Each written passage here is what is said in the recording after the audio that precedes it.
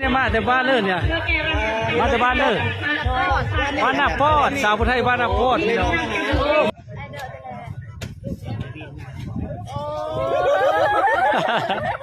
บ้านนาหอยสถาบันอยู่แถวผู้ไทยในบ้านนาหอยสะพานทอง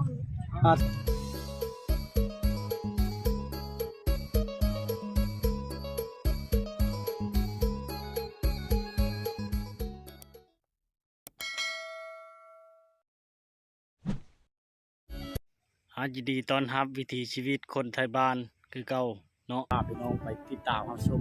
ของใหญ่เนาะซึ่งมีแห่งเดียวในเมืองอัสสพรเนาะแล้วก็อาจจะเป็นแห่งเดียวในสปปลาวเนาะเพราะว่าเขตของใหญ่เป็นประเพณีของน้องชนเผ่าบุรุษช้างขึ้นเนาะในเมืองอัสสพรเนาะดูจุดชุมพลงามบ้านพลงามเนาะเมืองอัสสพรเนาะติดตามชมกันไปเนาะบนทางกับคือเห็นในเรื่องพี่น้องเป็นทางแดงเนาะธรรมดาเนาะจะมีงานคืนในอะไรเดี๋ยวไปติดตามชมกันไปเนาะพี่น้องเด้อไปเลยเข้ามาฮอดกันพอดีแล้วเนาะพี่น้องงานประเภทนี้โอ้แปลกขนาดนี้เลยเนาะวัฒนธรรม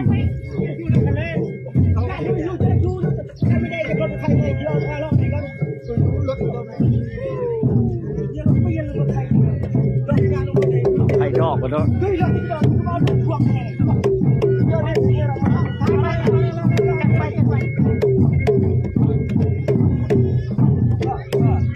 คณะกองมาจากบ้านเลยนะบ้านนี้ป่ะบ้านบึงโดยโอ้ทักลายเนาะไฟดอกเนาะ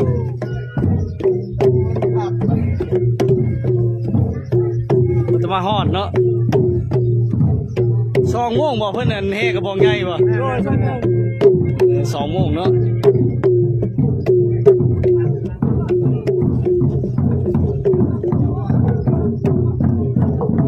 เป็นงานประเพณีเนาะหลายบ้านหลายคณะเนาะหมู่กองเราจะมาฮอดกันเห็นเราเจอเราพี่น้องโอ้เขาควายใหญ่ความสนายเนาะพิชิตราคาลายเชนเด้อพี่น้อง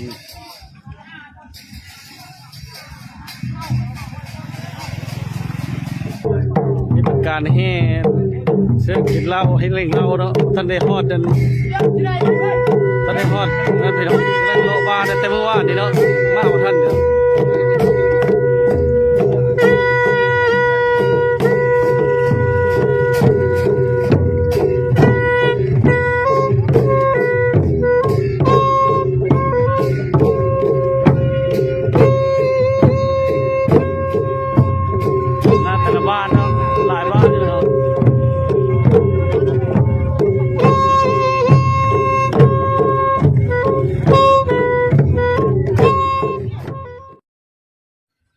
นี่คือกระบองใหญ่พี่น้องเนาะจัดงานอยู่วัดบ้านพลงามเนาะเมืองอัสสพรแข่งเจ้านาเขตพี่น้องชาวบ้านพลงามร่วมแห่งร่วมใจกันสืบทอดงานสืบสานงานกระบองใหญ่เนาะมีแห่งเดียวในเมืองอัสสพรแล้วก็ในสปปลาวพี่น้องระดับโลกคนเลยพี่น้องเอ้ยงานนี้เนาะติดตามชมกันไปที่โอ้พี่น้องคนเนาะ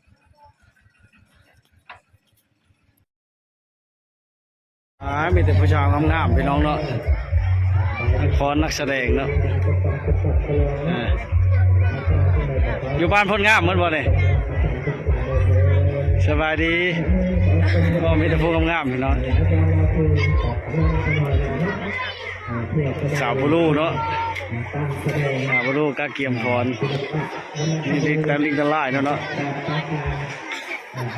ให้มีแต่ความสุขความเจริญพัฒนาสิ่งใดก็ขอให้ทุกคนสบายดีเนาะพัฒนาสุขการในทางการเจริญทางนี้วัฏฏีอายุวันโนสุขังว่าชิออกครับพบ้านดองพี่น้องเลยคุณพ่อเจ้าถึงวันนี้เนาะคนดังไฟผู้เมาไทยกันเป็นFCของเพื่อนเนาะ2เลยติดตามเพื่อนตลอดเนาะเห็นแล้วพี่น้องเลยตัวจริงไอ้โลกก็ได้เห็นคลิปเนาะมางานกระบอกใหญ่ชนเผ่าบุรุษมีแจ๊กบ้านนอนแต่เพื่อนเราเป็นประชาปัจจัยมันเป็นอันนี้ศาสนาพุทธก็คือว่าถ้าท่าน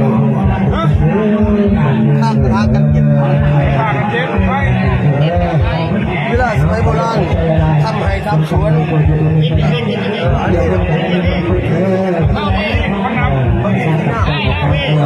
แล้วผมเลยมันมีน้ำสาวธรรมดาใช่ไหมก็ยืนอยู่ด้านเดี๋ยวดิจะขับรถเอาก้นมาเรื่อยๆตั้งแต่ไทย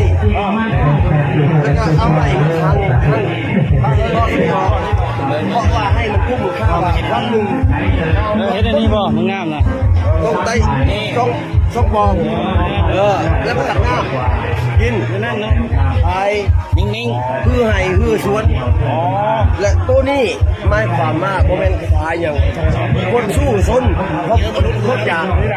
พวกอึดคนอยากถ้าลูกพาเมียกินเลยเขาทำที่ไอ้สวนอีมันดำโมดิฟเองแล้วแกพวกเกี่ยวลุกว่าเลยเขาถูกถูกกองหามาคับมาแล้วเลยเอาตัวนี้เดี๋ยวแค่กระบอกทำมาอันนี้ของแท้นี่เนาะของแท้แม่เลยทำมาเลยว่าเอาตัวนี้เป็นตัวแทนมือหนึ่งมันเนาะทำไมก่อนเขาจะยิงกันออกที่กับไอ้ชัยทำมันแตงเข่าแตงหน้าเอาลูกเมียกินลูกเมียมาทำอยู่ทำกินและอาศัยกระบอกตัวนี้เป็นเล่มที่ซอยแสงสว่างแม่โอ้และสมมติเบิดแล้วและตัวนี้ปล่อยมันเบิดปล่อยสูญหายเลยแนะนำใส่ให้เห็นว่าเส้นลูกเส้นหลานว่ากระบอกเล่มนี้มันเกิดจากใสเขาก็เลยเฮ็ดบุญกระบอกใหญ่ขึ้นนะเจ้าแต่ว่าสมัยก่อนมันเล่นเดี๋ยวนี้มันเห็นได้แล้วว่าเขาบอกเล่มนี้ในประเทศลาวมีเล่มเดียวมีเล่มเดียวเท่านี้ก็ไม่เป็นเล่มของบ้านนี่เป็นเล่มของเมืองประเทศแล้วก็เมื่อในประเทศมีเทว่าประเทศลาวชนะรักไว้ว่าสมัยพระราชมีและตอนนี้ทุกคนได้เห็นว่ากระบอกมันเป็นอะไรเรียนภาษาบรูภาษาลาวภาษาอังกฤษต้องขีดตัวนี้เรียนก่อนนอนเรียนจบแล้วต้องนอนตื่นมาตอนเช้าขีดเรียนแล้วลงอาบน้ำตามเลยวันดำเนินต่อไปเรียนและเล่าความอะไรเอาไปได้ตามที่บอกไม่ต่อเลยที่ระลึกบ้านข้างหน้ามันเกิดเนี่ยก็อันหน้าเกิดก็มีมันเกิดอ่ะเป็นวันใหญ่ใหญ่ก็ไม่ได้ถ้าเป็นทางไหนก็โอ้ยที่มาคอมเมนต์ค่อยดีๆนะบอกที่เราไปกินข้าวมาคอมเมนต์ค่อยแล้วบอกดันบอกเอาไทยเข้า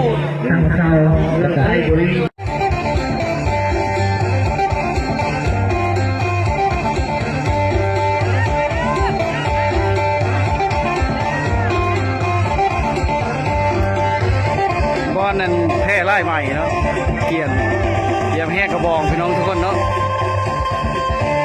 นี่กำลังกาเกียมไปห่อกระบองพี่น้องเนาะเนี่ยเยอะกันนี่เลย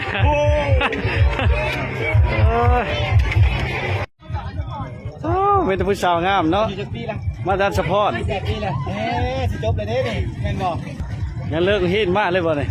โอ้สาวสปอร์ตเนาะงามลายมาทำกันนี่เนาะมาทำกันตัวนึงเฮียนนี่ไม่ได้โต๊ด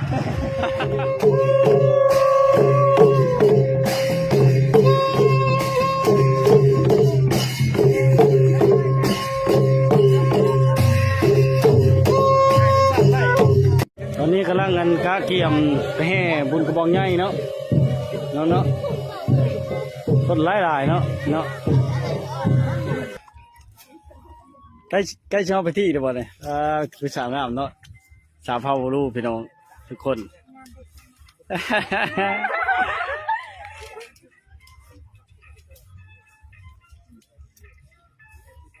กำลังกาเกียมเนาะบ้านแต่บ้านเลยสาวบ้านพ่นงามแต่ข้อจะงามชมคดเนาะเอ้ยอ่อนช้อนดิกำลังกาเกียมเนาะน้องทุกคนมาพอผู้สาวงามในงานเนาะบ้านพ่นงาม เอาหวานจอย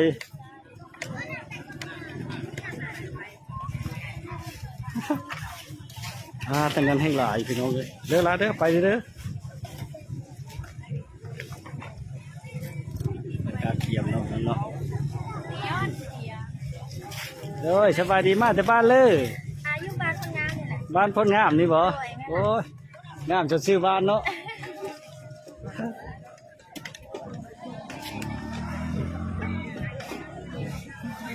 เจอเด้อลังกาเกียมนี่กระบองเนาะน้องเขาเมืองเนาะงานประเพณีของชนเผ่าบุรุษเนาะ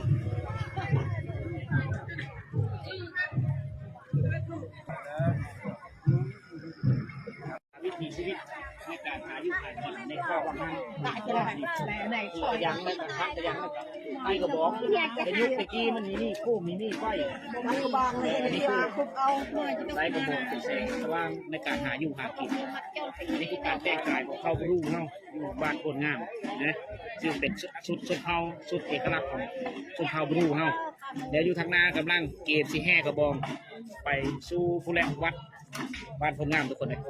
มหากรรมสืบทอดสืบสายงานกระบอกเนี่ย ทางการสิทอดงานกระบองใหญ่เนาะพี่น้องทุกคนเนาะร่างเกมสิแห่กระบองเขาเมืองเนาะเกี่ยมเนาะพี่น้องสิแห่ครับเนาะมีการให้กระบองเนาะ เยอะยากหวาน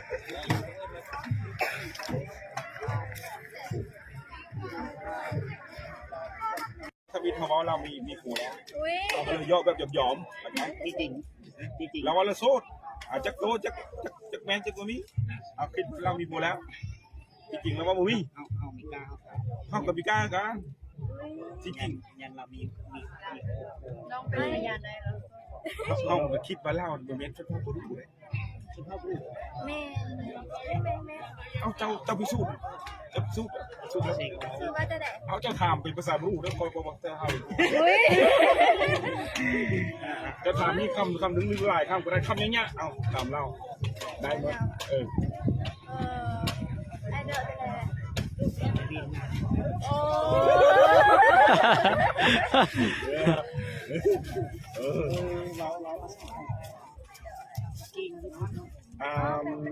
จนไม่หูเลยเนาะ ที่เขาถามแล้วเนี่ยเป็นสตรี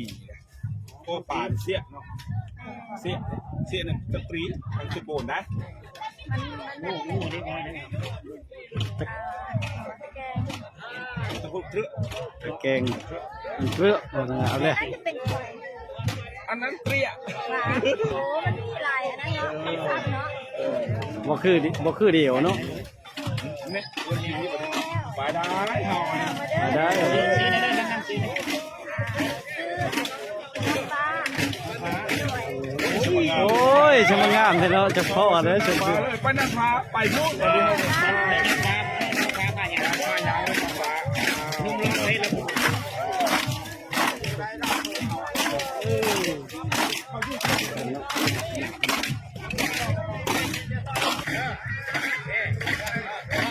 ลังเคลื่อนขบวนตัวนี้เนาะพี่น้อง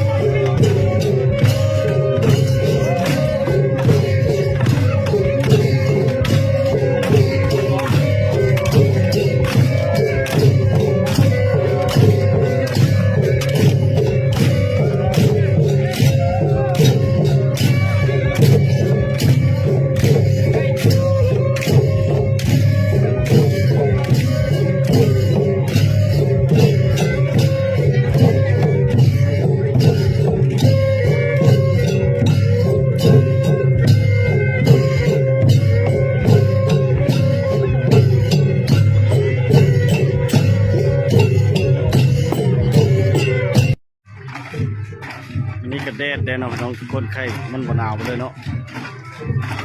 มันสามัคคีโอ้ยบุญกระบอกใหญ่อลังการพี่น้องงานมหากรรมสืบสานอำนาจกระบอกใหญ่เนาะสุภาพบุรุษเนาะ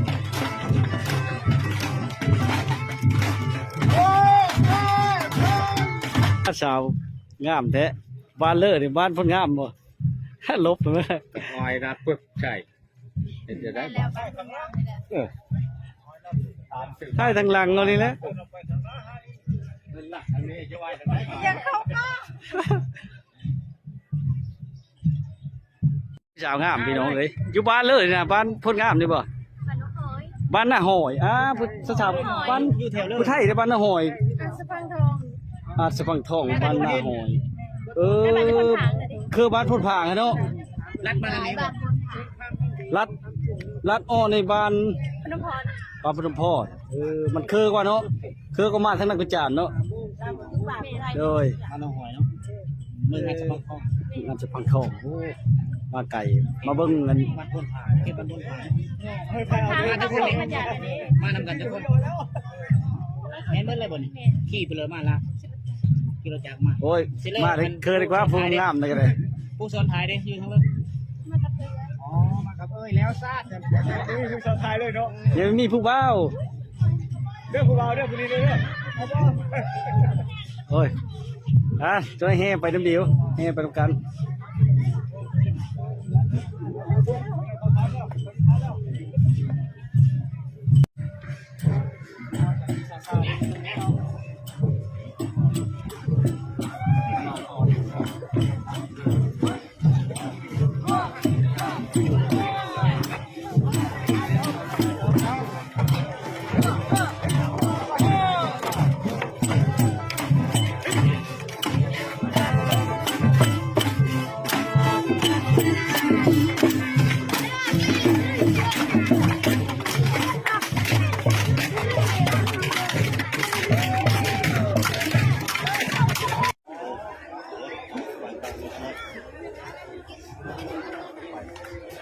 คนหลายขนาดเนาะน้อง มาแล้ว เข้ามาอ่านเป็นกระบอกใหญ่คนจะหลายก็ปกติเนาะโอ้ยมาแต่บ้านเลยเด้ผู้สาวงามเนาะมาฮอดแล้วไปน้องทุกคนเนาะใครชื่อชุดพิธีแล้วก็มีการแสดงเนาะว่างแสดงเนาะ ไม่มีเหมาะสมน้ำพิมพ์คุณเป็นอาบุตรพามันขึ้นหายอาญาตาตามขึ้นหายอันตรายมากขาดด้วยให้ไม่เกียรติประพฤติให้หนุกมือเพิ่มให้ต้องให้ต้องให้ทำตายขนมเนาะสาธุทุกท่านขอให้เรียนตัวเรียนตัวให้กินเขาดีสุดเขาดีด้วยกุศลคนดีที่จะท่านไปหมดเลยจะทำการพัฒนาสาธุมุ่งกี่เดียวกรรมการทักเนื้อที่พันกีพันโลกใช้ได้ของที่จะเปิดเผยที่ไม่ต้องต่อไปแล้วการทุกนี้จะหาทุกที่จะทุกที่ทุกที่ทุกทีที่ท่านศึกษาทุกอ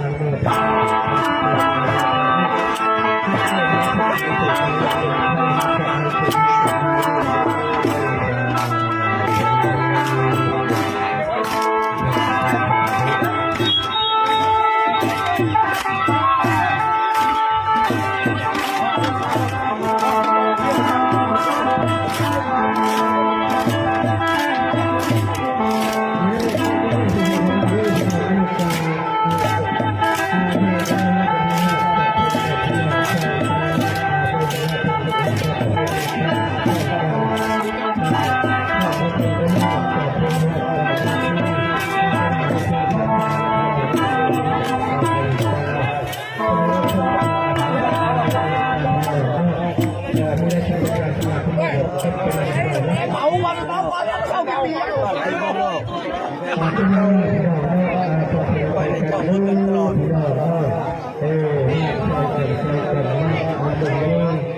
ที่ประกาศต่อคุณผู้ชมมือเวลาอย่าไปคิดถึง